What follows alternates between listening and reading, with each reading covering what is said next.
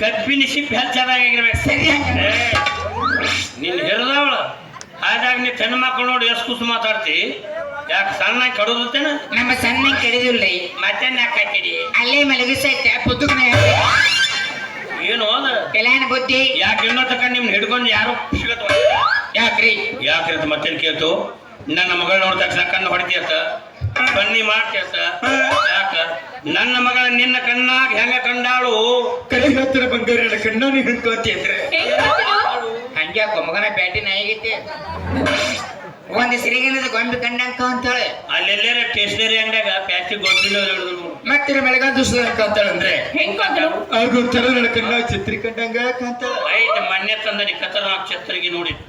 ಮತ್ತೆ ಬ್ಯಾಸಿ ದಿವಸದ ಕಾಂತಾಳಂದ್ರೆ ಹೆಂಗ್ ಕಾಂತಾಳು? ಆಗೊಂಥರ ನನ್ನ ಕಣ್ಣಾಗ ಹಸಿರು ಕಂಡಂಗ ಕಾಂತಾಳ. ಯಾಕೆ ಹೊತ್ತಿರದಂಗ ಏನಿದಂಗ ಬರ್ಪಿನ ಗಡಿಗೆ ಕಾಣಂಗಿಲ್ಲ. ಮತ್ತೆ ತಿರ್ಗಾ ದಿವಸ ಕಾಂತಾಳಂದ್ರೆ ಹೆಂಗ್ ಕಾಂತಾಳು? ಆಗೊಂಥರ ಬೆಡ್ರೂಮ್ ರಗ ಕಂಡಂಗ ಕಾಂತಾಳ. ಬಿಟ್ರ ಹೊರಗ ತಟ್ಟ ಕಂಡಾಗ ಅಲ್ಲಿ ಬಡ್ಡ್ಯಾಗ ಹೊರಗ್ ತಟ್ಟ ನೋಡೋಣ ತೊಡಸಲ. ಅದ್ರಾಗ ನಾ ಬಿದ್ದು ನಿದ್ದೆ ಮಾಡೋ ಹೊತ್ನ್ಯಾಗ ಗಟರದಂಡಿ ನಾನು ಕನಸಿನಾಗ ಹೆಂಗ್ ಕಾಂತಾಳಂದ್ರೆ ಹೆಂಗ್ ಕಾಂತಾಳು? ಅಕ್ಕಿ ಮೈ ಎಲ್ಲ ಬೆನ್ನಿ ಬ್ರೆಡ್ ಆಗಿರ್ತೈತ. ಓಹೋ ಬನ್ನಿ ಬ್ರೇಡ್ ಬೆಣ್ಣೆ ಬ್ರೆಡ್ ಅದ ಒಂದು ಬ್ರೇಡ್ ಯಾವ ಜಗದ ಹರ್ಕೊಂಡು ತಿಂತಿ. ಪೂರ ಹೊಸನಾಯಿ ಕಡದೈತಿ. ಯಾವ ಜಾಗದಾಗ ಏನೇನು ಮಾಡ್ತೀರಿ ಅನ್ನೋ ನನಗೊಂದು ತಿಳಿವತ್ತು ನೋಡಿ. ಯಾಕ ನನ್ನ ಮಗಳು ನಿನ್ನ ಕಣ್ಣಾಗ ಸರ್ಕಾರಿ ಜೈಲ್ ಮುಳ್ಳು ಕಣ್ಣಾಗ ಕಂಡಿಲ್ಲ. ಹೆಣ್ಣು ಮಗಳ ಕಂಡಿಲ್ಲ ಸರ್ಕಾರಿ ಜಲಿ ಮಾಡ ಕಂಡ ಅಂದ್ರೆ ನೀನು ಒಟ್ಟ ಶಿರವಾಲಿಲ್ಲ. ಅಪ್ಪ ಊಟ ಮಾಡ್ರೆ ಊಡ್ಸೈತಿ ವಿಷಯ. ಅಪ್ಪ ಅವ್ನು ಕೂಡ ನೀವ್ ಮಾತಾಡ್ಕೋತ ನಿಂತಿರ್ತೀನಿ ಹಂಗ ಇಷ್ಟು ಹಸ್ತಾನವ. ನಾ ಹೇಳೋದ್ ಕೇಳಿಲಿ. ಅವ್ ಎಲ್ಲಿದ ಬಂದಾನೋ ಅವ್ನ ಹೆಸರು ಏನ ಏನು ಎಂತ ಕೇಳ. ಯಾವ ಥರ್ಡ್ ಕ್ಲಾಸ್? ನಾನು ಯಾರು? ನೀನು ಯಾರು? ಬಂದಂತ ಕಾರಣವೇನೆ? ದೂತೆ ಕೇಳು ದೂತೆ. ಯವ್ವ ಹಾ ಇವ್ ಏನ್ ಹೇಳ್ತಾನೋ ಏನ್ ಬಿಡತಾನೋ ಅನ್ನೋದೆಲ್ಲ ಗೊತ್ತೈತಿ. ನಾ ಕೇಳ್ತಾನ ಗಪ್ನಿ. ಏ ನೀ ಯಾರು? ಯಾರು?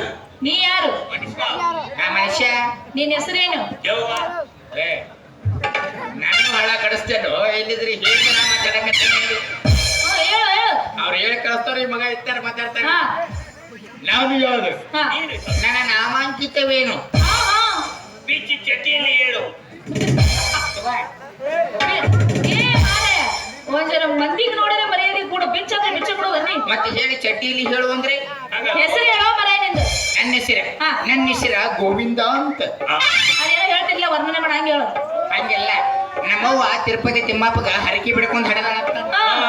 ತಿರುಪತಿ ತಿಮ್ಮಪ್ಪನ ಮುಂದೆ ಹೋದಾಗ ನಮ್ಮವ್ವ ಭಕ್ತಿಯಿಂದ ಬಿಡ್ಕೊಂಡಾಳ. ಏನಂತ ಏನಂತ? ಹರಿ ಹರಿ ಹರಿ ಹರಿ ನಿಮ್ಮವ್ವ ಇಟ್ಟು ಒಣಪ ಮಾಡಿ ಹಿಂಗ ಡಿಸೈನ್ ಮಾಡಿದ ಮಾಡ್ಲ ನೀನು ವಾರೇ ಕೊಡ್ಬೋದು. ಅಲ್ಲ ಆ ಗುಡಿಯಾಗ ದೇವ್ರ ಇತ್ತ. ಅದಾನ್ ದೇವ್ರದಾನ್ ಗುಡಿಯಾಗ ಇದ್ದ. ಏನ್ ಮಾಡಳು? ಹರಿ ಹರಿ ಗೋವಿಂದ ಅನ್ನುವತ್ನಾಗ ಅದಕ್ಕೆ ನನ್ನ ಹೆಸರ ಹರಿ ಹರಿ ಹರಿ ಗೋವಿಂದ ಅಂತ ಇರ್ತಾರೆ. ನಾ ಮಾಡ್ತೇನೆ ಎಸ್ಟಿಮೇಟ್. ನೀವು ಹರಿದು ಬೇಡ, ನೀವು ಬಿಡುದು ಬೇಡ. ನಾನು ಬೆಂಗಳೂರ ಮೀಟಿಂಗ್ ಹೋಗ್ಬೇಕಾಗಿತ್ತು. ಮೀಟಿಂಗ್ ಮುಗಿಸ್ಕೊಂಡು ನಾ ಕಟಿಂಗ್ ಮಾಡ್ಕೊಂಡ್ ಬರ್ತೇನೆ. ಬಂದ್ಬಿಡ್ರಿ ಮನಿಗ್ಲ. ಬಾ ಚಲೋ ಆತಪ್ಪ, ನಿಮ್ ಮುಂದ್ ನಡಿನ ಬನ್ನಿ. ಮೆಲ್ಲಿಸಿರೆ ಸವಿಗಾನ ಬಡ್ಡಿ ಅಂತ ಬಾಯಿ ಮಾಡ್ಕೊಂಡು ನನ್ನ ಕಾಲಗದಾವು ನಿನ್ನ ಇವಳ ಕುಂಟಗಾಲ ಮಾಡ್ಕೊಂಡು ಹೆಂಗ್ ಓಡ್ತಾವಳು. ನಿನಗಂತೂ ಒಂದ್ ಚೂರು ಬುದ್ಧಿಲ್ಲಪ್ಪ. ಅಲ್ಲ ಹೋಗಿ ಹೋಗಿ ಬಂದ್ ನಮ್ಮ ಅಪ್ಪನ ಕೈಯಾಗ ಸಿಕ್ಕಾಕೋತಿ ಗೊತ್ತಾಗಿಲ್ಲ. ಮನ್ಯಾಗ ಯಾರು ಇಲ್ಲ, ಅರ್ಜೆಂಟಾಗಿ ಬಾ ತಿಳಿದಿಲ್ಲ. ಹೇಳಿದ್ನಿ ಮನ್ಯಾಗ ಯಾರು ಇಲ್ಲ ಅಂತೇಳಿ ನಾ ಅರ್ಜೆಂಟಾಗಿ ಹುಡುಗತ್ತ ಬರಕೊಡ್ದ. ನಿಮ್ಮ ಅಪ್ಪನ ಕರ್ಕೊಂಡ್ ಬಂದ್ ರೋಡ್ ಮೇಲೆ ನಿಂತಿ. ಏಯ್ ರೋಡ್ ಮ್ಯಾಗ ನಿಂದ್ರಕ ಏನ್ ನಗದಿಲ್ಲ ಅಂತ ಮಾಡಿ ಏನ? ನೋಡು ಇವತ್ತ ನಮ್ಮೂರಾಗ ಜಾತ್ರೆ ಐತಿ. ವೆರೈಟಿ ವೆರೈಟಿ ಅಡಿಗೆ ಮಾಡ್ಸ್ಯಾರ. ಅದನ್ನ ತಿಂದ ಇಲ್ಲ ಹಾದಿ ಮ್ಯಾಗ ಮಕ್ಕೊಂಡಿದ್ದ ಊರ ನಮಗೆಲ್ಲ ಬಂದ್ ನನಗ್ ಭಯ ಆಗತ್ತಿದ್ರು. ತಪ್ಪಿಸ್ಕೊಂಡು ಹೋಗಕ್ ಬಂದಿದ್ನಿ. ಅವನೇ ಕರ್ಕೊಂಬರಾಕ್ ಹೋಯ್ತಿ. ನಂದು ನಿಂದು ದಗದಾಗುತ್ತಕ ಇಲ್ಲೇ ಬೀಳ್ತಿದ್ದ. ನನಗಿದು ಹೊಳಿಲಿಲ್ಲ. ಇಂತ ಹೊಚ್ಚಗೊಳ್ದು ಬರ್ತಲ್ಲ. ಏನು ಇದು ಎಷ್ಟು ಉದ್ದೈತಿಲ್ಲ ಏನದ? ಒಟ್ಟ ಕೊಡುದಿಲ್ಲವನ. ಅಲ್ಲ ಏನದ ಎಷ್ಟು ಜಲ್ದಿ ತುರ್ಕಾಕತ್ತಿ ಅದ? ಇವ ನನ್ನ ಲಾಡಿ. ಲಾಡಿ ಹಿಡಿಬೇಡ. ಯಾಕ? ನಾ ಯಾವಾಗೂ ಯಾರ ಕೈ ಕೊಟ್ಟಿಲ್ಲ ತರು. ಅಯ್ಯೋ ನನ್ನ ಕೈಯಾಗ ಕೊಟ್ಟು ನೋಡ್ತೀನಿ. ಬೇಡ, ನೀ ಹೆಚ್ಚಿಗಿದೆ ಅಂದ್ರೆ ಕುದುರೆ ಚಟಿ ಚಾಲು ಆಗತ್ತಿ ಇವಕ್ಕ. ನಾ ಅದನ್ನ ಚಿಕ್ಕಾಕ್ ಹೋಗ್ಲಿ. ಎಷ್ಟು ಉದ್ದ ನಾಡಿ ಬೆಳೆಸಿದ್ಯಲ್ಲ ಅದಕ್ಕೆ ನೋಡ್ತೀನಿ. ಒಟ್ಟು ಹಿಡಿಬೇಡ ಅಂದ್ರೆ ಹಿಡಿಯಾಕ ಓಡಾಡ್ತಿ. ನಮ್ಮ ನಾವ ತುರ್ಕೊಂಡ್ಬಿಡ್ತೀವಿ. ಚಲೋ ಅದಿ ಇರ್ಲಿ ಬಿಡು. ನಡಿ ಶಟ್ಕೋಬೇಡ. ಇವತ್ ನಮ್ಮೂರಾಗ ಜಾತ್ರೆ ಐತಿ. ಜಾತ್ರೆ ಮಾಡಿಸ್ತೀನಿ. ನಿಮ್ಮೂರ ಜಾತ್ರೆ? ನಮ್ಮೂರಾಗ ನೋಡ ಮಾಳಾಸರ ಹಾಕಿಸ್ಬಿಟ್ಟೇನಿ ಜಾತ್ರೆ. ಹೌದೌದು. ನಡಿ ಈ ಸಂದ್ರಿ ಕರ್ಕೊಂಡ್ ಹೋದಂತೀವ. ಈ ಸಂದ್ರ್ಯಾಗ ಪಾಸ್ ಮಾಡ್ತಾನೆ. ನಡಿ ಹೋಗೋಣ. ಏನೇನ್ ಬೇಕೆಲ್ಲ ತಗೊಳಕತ್ತೆ. ನಡಿ ಸಿರಮಡಂಗ ಹೊಳವಿಗೆ ಸುಗ್ಗಿನ ಹೊಡಿ ಹಂಗಾರ. ಹೇಳತ್ತೇನ ಗೆಳತಿ, ಇದು ಕೊಟ್ಟು ಕೇಳ ಗೆಳತಿ, ಪವಿತ್ರ ನಮ್ಮ ಪ್ರೀತಿಯೇ ನನ್ನ ಮರೆತು ನೀ ಹೆಂಗ ಇರತಿ, ಈ ಜೀವನ ಹೆಂಗ ಕಳೆತಿ, ನನ್ನ ಮರೆತು ನೀ ಹೆಂಗ ಇರತಿ, ಈ ಜೀವನ ಹೆಂಗ ಕಳೆತಿ.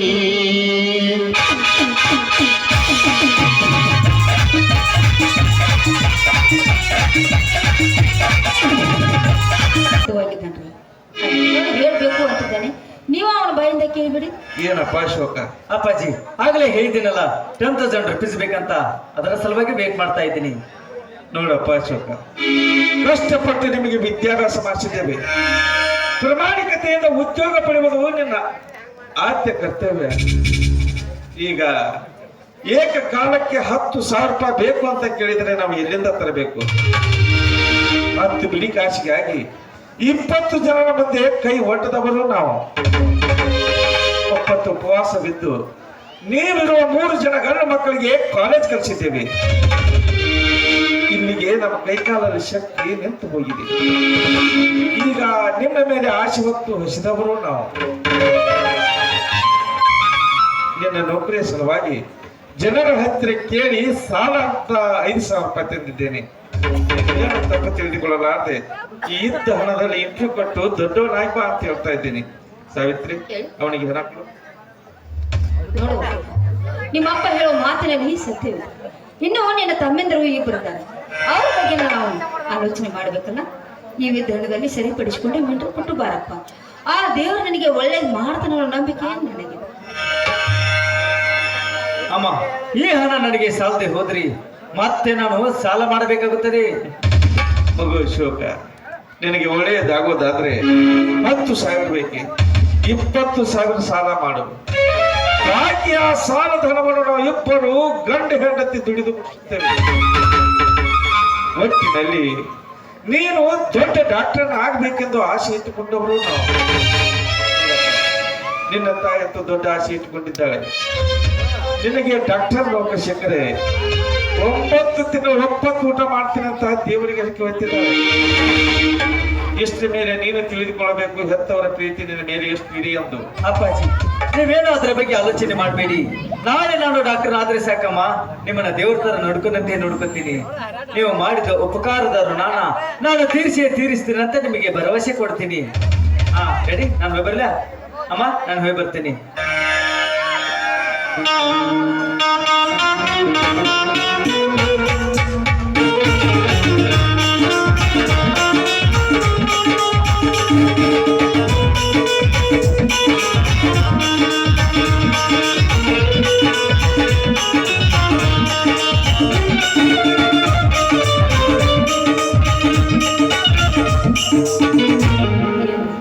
ನಮ್ಮ ಅಶೋಕ ತುಂಬಾ ಬುದ್ಧಿವಂತ.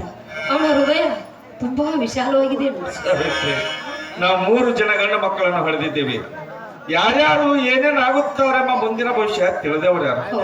ಹೆತ್ತವರಾಗಿ ನಾವು ಮಕ್ಕಳಿಗಾಗಿ ಏನು ಮಾಡಬೇಕಾಗಿದ್ದು ಮಾಡಿ ಮುಗಿಸೋದು ನಮ್ಮ ಆದ್ಯ ಕರ್ತವ್ಯ. ಉಳಿದು ಋಣದ ಭಾರ ಅವ್ರಿಗೆ ಬಿಟ್ಟುಕೊಟ್ಟದ್ದು. ಹೋಗಿ ಊಟ ಮಾಡಿದ್ದು ಹೊಂದಿಗೆ ಬಂದಿದ್ದೇವ, ಮೊದಲು ಊಟ ಮಾಡಿ. ಈಗ ತಾನೇ ಬಂದೆ. ಹೌದು ಅಪ್ಪಾಜಿ, ಈಗ ತಾನೇ ಬನ್ನಿ. ನೋಡಿ ಅಪ್ಪಾಜಿ, ನಿಮ್ಮ ಸಂತೋಷದ ವಿಷಯವನ್ನ ತಂದಿದ್ದೇನೆ. ಇದೇನು ನನಗೆ ಸಂತೋಷದ ವಿಷಯ? ಹೌದು ಅಪ್ಪಾಜಿ. ಯಾವ್ದಪ್ಪ ನೀನು ತಂದಂತ ಸಂತೋಷದ ವಿಷಯ? ನೋಡಿ ಅಪ್ಪಾಜಿ, ಈ ಸಲ ಇಂಜಿನಿಯರ್ ಪರೀಕ್ಷೆಯಲ್ಲಿ ಫಸ್ಟ್ ಕ್ಲಾಸ್ ಆಗಿ ಪಾಸ್ ಆಗಿದ್ದೀನಿ. ಹೌದಾ? ನನಗೆ ಆಶೀರ್ವಾದ ಮಾಡಪ್ಪಾಜಿ.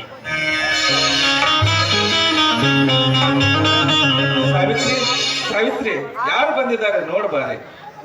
ನಮ್ಮ ಮಗ ಮುರಳಿ ಬಂದಿದ್ದಾನೆ, ಫಸ್ಟ್ ಕ್ಲಾಸ್ ನಲ್ಲಿ ಪಾಸ್ ಆಗಿದ್ದಾನೆ ಅಂತಕನೇ. ಏನಪ್ಪ ಈಗ ತಾನೇ ಬಂದೇನಮ್ಮ? ಹೌದಮ್ಮ, ಈಗ ತಾನೇ ಬಂದಿ. ನೋಡಮ್ಮ, ಈ ಸಲ ಇಂಜಿನಿಯರ್ ಪರೀಕ್ಷೆಯಲ್ಲಿ ಫಸ್ಟ್ ಕ್ಲಾಸ್ ಆಗಿ ಪಾಸ್ ಆಗಿದ್ದೀನಿ. ನನಗೆ ಆಶೀರ್ವಾದ ಮಾಡಮ್ಮ.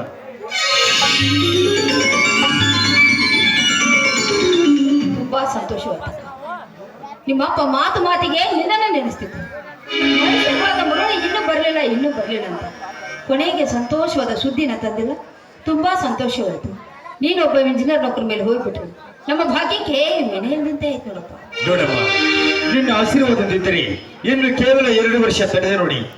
ನಾಳೆ ನಾನು ಗೌರ್ಮೆಂಟ್ ಇಂಜಿನಿಯರ್ ಆದ ಮೇಲೆ ನಾನು ದುಡಿದ ಸಂಪಾದನೆ ಮಾಡಿದ ಹಣದಿಂದಲೇ ಇದೇ ಜಾಗದಲ್ಲಿ ಅರಮನೆ ಅಂತ ಬಿಲ್ಡಿಂಗ್ ಅನ್ನು ಕಟ್ಟಿಸಿ ಅಪ್ಪಾಜರು ನಿಮ್ಮನ್ನು ಕೂಡಿಸಿ ಪಾದ ಪೂಜೆ ಮಾಡುತ್ತಾರಮ್ಮ. ಪಾದ ಪೂಜೆ ಮಾಡುತ್ತೇನೆ. ನಾನು ಅದೇ ಹೇಳ್ತಿದ್ದೆಪ್ಪ ನನ್ನ ಮಕ್ಕಳಿಗೆ.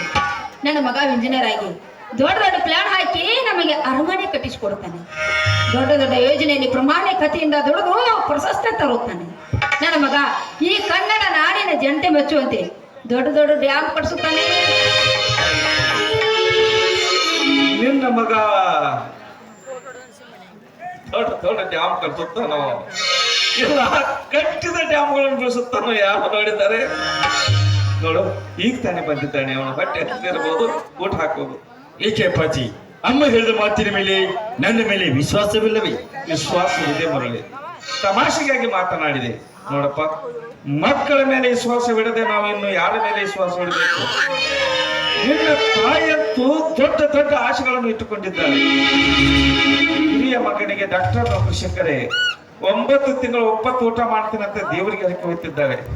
ಇನ್ನು ನೀನೊಬ್ಬನು ಇಂಜಿನಿಯರ್ ಆದರೆ ಜೀವನ ಪರ್ಯಂತ ಹಾಲು ಮುಟ್ಟುವುದಿಲ್ಲ ಅಂತ ಪ್ರತಿಜ್ಞೆ ಮಾಡಿದ್ದಾಳೆ. ಇನ್ನೊಬ್ಬ ನಿನ್ನ ತಮ್ಮ ರವಿ ನಮ್ಮ ಹತೋಟಿಲಿಲ್ಲಪ್ಪ. ಊರ ಉಡಾಳನಾಗಿ ಬೀದಿಯಲ್ಲಿ ಕುಡಿಯುತ್ತಾ ಇಲ್ಲ ಸಲ್ಲದ ಜಗಳ ಮಾಡಿ ಮಧ್ಯರಾತ್ರಿ ಮನೆಗೆ ಬಂದು ನಮ್ಮೊಂದಿಗೆ ಗಲಾಟೆ ಮಾಡುತ್ತಾನೆ. ಅವನಿಗೂ ಒಳ್ಳೆಯದಾಗಿ ಅವನು ಒಬ್ಬನು ಕುಡಿಯೋದೊಂದು ಬಿಟ್ರೆ ದೇವರಿಗೆ ತುಪ್ಪದ ಅಭಿಷೇಕ ಮಾಡ್ತೀನಂತ ನಿನ್ನ ಹೆತ್ತ ತಾಯಿ ಹರಕೆ ಹೊತ್ತಿದ್ದಾಳೆ.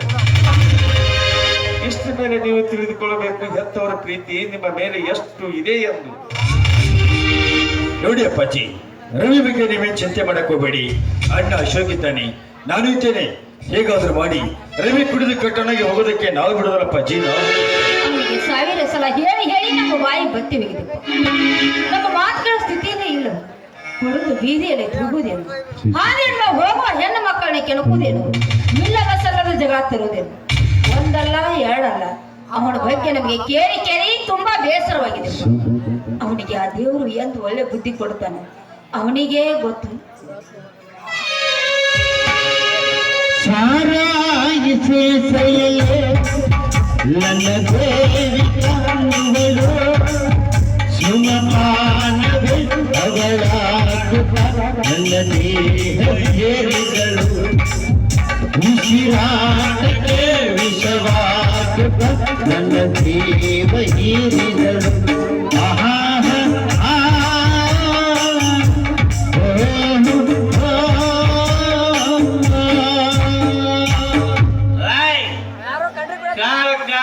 ಬರ್ತೀರ ಕಾಲ ಮಕ್ಕಳ್ರೆ, ನಾನು ಕುಡಿದು ಹಾಳಾಗಿ ಹೋಗ್ತೀನಿ.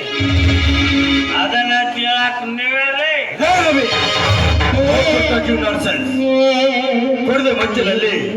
ಕುಡಿದ ಮತ್ತಿನಲ್ಲಿ ದಾರಿ ಬರುವ ಹೆಣ್ಣು ಮಕ್ಕಳಿಗೆ ಬಾಯಿಗೆ ಬಂದಂತೆ ಮಾತನಾಡ್ತಾ ಇದೆಯಲ್ಲ.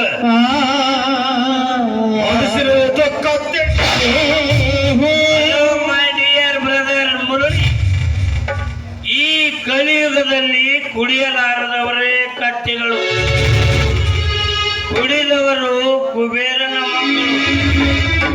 ನೀನು ಕುಡಿದು ಕುಬೇರನಾಗಣ್ಣ, ಕುಬೇರನಾಗ. ಸಾಕು, ಬಾಯಿ ಮುಚ್ಚ ಮುಂದಾಳ. ಎಷ್ಟು ಸಾರಿ ಹೇಳ್ಬೇಕು ನನಗೆ ಕುಡಿಬೇಡ ಅಂತ. ಮತ್ತೆ ಈಗ ಕುಡಿದು ಕತ್ತಿಯಾಗಿ ಬಂದಿಯಲ್ಲ, ನಿನಗೆ ಸ್ವಲ್ಪನಾದ್ರೂ ಬುದ್ಧಿ ಇದೆ? ಯಾಕೋ ನಮ್ಮಿಂದ ನಿನಗೆ ಏನು ಆಗಿದೆ ಅಂತ ನೀನು ಈ ರೀತಿ ಮಾಡ್ತಾ ಇದ್ದ. ಕಾಲೇಜ್ಗಳಿದೆ, ಕುಡಿದು ನಿನ್ನ ದೇಹವನ್ನು ಹಾಳು ಮಾಡ್ಕೊತಾ ಇದ್ದೆ. ನಿನಗೆ ಕುಡಿಲಿಕ್ಕೆ ದುಡ್ಡಾದ್ರೂ ಎಲ್ಲಿಂದ ಬರ್ತದೆ? ಯಾರು ಕೊಡ್ತಾರೋ ನಿನಗೆ ದುಡ್ಡು? ಸಾವಿತ್ರಿ, ಅದನ್ನೆಲ್ಲ ಅವನ ಬಾಯಿಂದ ಏನ್ ಕೇಳ್ತಾ ಇದ್ದೀಯ? ಈ ಜಗತ್ತಿನಲ್ಲಿ ಮನುಷ್ಯ ಹಾಳಾಗಿ ಹೋಗುವುದಕ್ಕಾಗಿ ಎಲ್ಲವೂ ಸಿಗುತ್ತದೆ, ಆದರೆ ಒಳ್ಳೆಯನಾಗುವುದಕ್ಕೆ ಸಿಗುವುದು ತುಂಬಾ ಕಷ್ಟ. ಒಂದು ವೇಳೆ ಸಿಕ್ಕರೂ ಹಿಂದೆಳುವ ಜನರೇ ಜಾಸ್ತಿ.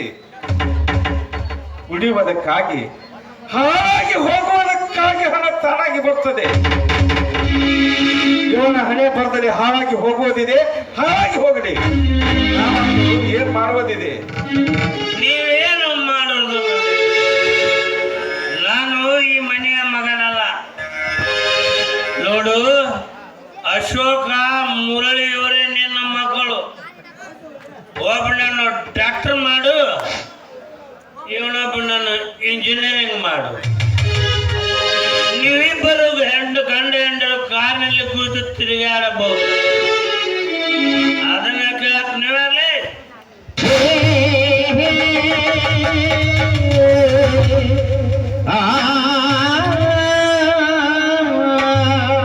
ಇನ್ನೊಂದು ಸಲ ಇಂಥ ಶಬ್ದ ನುಡಿದಿದ್ದಿ ಆದ್ರೆ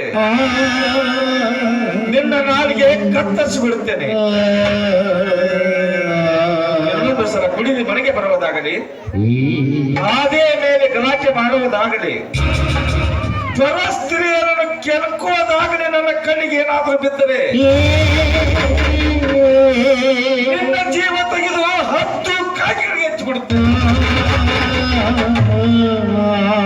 ಮಾನವಂತರು ಮಾನ ಮರ್ಯಾದೆಗೆ ಹೆಚ್ಚಿದರೆ ಮಾನಿಗೇಡಿ ತನಗೆ ಹಚ್ಚುವರೆಂದು ತಿಳಿದುಕೊಂಡಿದ್ದರು. ನಮ್ಮನ್ನು ಯಾರು ಎಂದು ಅಂತ ಕೇಳುವಷ್ಟು ಮುಂದುವರೆದು ಕೊನೆಯದಾಗಿ ಹೇಳ್ತಾ ಇದ್ದೇನೆ, ಇನ್ನೊಂದು ಸಲ ಕುಡಿದು ಈ ಮನೆಗೆ ಬಂದಿದ್ದೀ ಆದ್ರೆ ಈ ಮನೆಯಲ್ಲಿ ಇರುವುದು ಎರವಾಗುತ್ತದೆ. ಎಚ್ಚರ. ನೋಡ ರವಿ, ತಂದೆಯರು ಹೇಳುತ್ತಿರುವ ಮಾತು ಸತ್ಯವಾಗಿದೆ. ಹಿರಿಯರು ಕಿರಿಯರೆಂಬ ಭಾವನೆ ನಮ್ಮಲ್ಲಿ ಇರಬೇಕು ಕಣೋ. ಒಂದು ವೇಳೆ ಹಿರಿಯರು ನಮಗೆ ಒತ್ತು ಬುದ್ಧಿ ಹೇಳಿದರೆ ಅದು ನಮ್ಮ ಒಳ್ಳೆ ಮಾರ್ಗಕ್ಕೆಂದು ತಿಳಿದುಕೊಳ್ಳಬೇಕು. ಅದನ್ನು ಬಿಟ್ಟು ಕುಡಿದ ಮತ್ತಿನಲ್ಲಿ ಹೆತ್ತವರಿಗೆ ಎದುರುತ್ತರ ಕೊಟ್ಟು ಮಾತ್ರ ದೊಡ್ಡವನಾಗಿ ಬಿಟ್ಟಿಯಲ್ಲ. ಈಗ ಯಾರೋ ನಿನಗೆ ಕೊನೆಯದಾಗಿ ಹೇಳ್ತಾ ಇದ್ದೇನೆ, ಬಾಟ್ಲಿ ಹೊರಗೆ ಒಳಗೆ ನಡೆ. ಅದೆಲ್ಲ ಅವನಿಗೆ ಹೇಗೆ ಗೊತ್ತಾಗಬೇಕು? ಮಣ್ಣಿನಲ್ಲಿ ಆಕಾರ ಹೊಂದಿದ ಮಡಿಕೆ 10 ಜನರಿಗೆ ನೀರು ಕುಡಿಯಲು ಉಪಯೋಗ ಆಗಬಹುದಂತ ಕಸುಬುದಾರ ಕುಂಬಾರ ಬಯಸಿದರೆ ಸಿಕ್ತ ಕುಲಿಕೆಟ್ಟವರ ಕೈಯಲ್ಲಿ ಸಿಕ್ಕು ಮನಸ್ಸು ಮಣ್ಣಿನ ಮೂರ್ತಿಯಾಗಲು ಹೊರಟು ಹೀನ ಹೃದಯದವನಿಗೆ ಏನಾಗಬೇಕಾಗಿದೆ? ಇವನ ಮುಖ ನೋಡುವುದಕ್ಕೂ ನನಗೆ ಹೇಸಿಗೆ ಬರ್ತಾ ಇದೆ. ನೀವು ಸಮಾಧಾನ ತಂದುಕೊಳ್ಳಿ ಅಪ್ಪಾಜಿ. ಏನಿದು ಸಲ ಕುಡಿದು ಬಂದಿದ್ದಾನೆ, ಮುಂದೆ ಇದೇ ರೀತಿ ಯಾವ ತಪ್ಪಾಗದಂತೆ ನಾನು ನೋಡಿಕೊಳ್ಳುತ್ತೇನೆ. ನೋಡ ರವಿ, ನನಗೆ ಕೊನೆಯದಾಗಿ ಹೇಳ್ತಾ ಇದ್ದೇನೆ, ಬಾಟ್ಲಿವರೆಗೆ ಹೃದಯ ಒಳಗೆ ನಡೆ. ಇನ್ನಾದ್ರೂ ಕುಡಿದರು ಬಿಟ್ಟು ಬುದ್ಧಿವಂತನಾಗು. ನೋಡಮ್ಮ, ನೀವೆಲ್ಲರೂ ಬುದ್ಧಿವಂತರಾದರೆ ಸಾಕು. ನಾನೊಬ್ಬನೇ ದುಷ್ಟ. ಈ ಮನೆಗೆ ಬಂದ್ರೆ ನನ್ನ ಮೇಲೆ ಎಲ್ಲರೂ ಕೆಂಡನ ಕಾಡ್ತಾರೆ. ಕುಡಿಯೋದು ಬಿಡಬೇಕಂತೆ, ಕುಡಿಯೋದು. ಹೋಗಮ್ಮ, ಹೋಗು.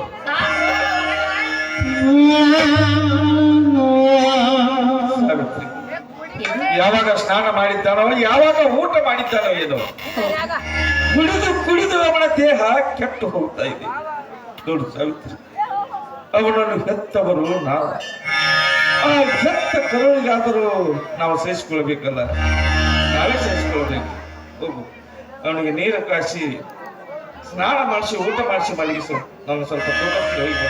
ಆಯ್ತು ದೇವಿ, ನಿನಗಾಗಿ ಉಪವಾಸ ಹಾಲು ಮುಟ್ಟದ ಪಡ್ತದ್ದೇ ತುಪ್ಪದ ಅಭಿಷೇಕದ ನನ್ನ ಮಕ್ಕಳ ಹಿತವನ್ನು ಬಯಸುವ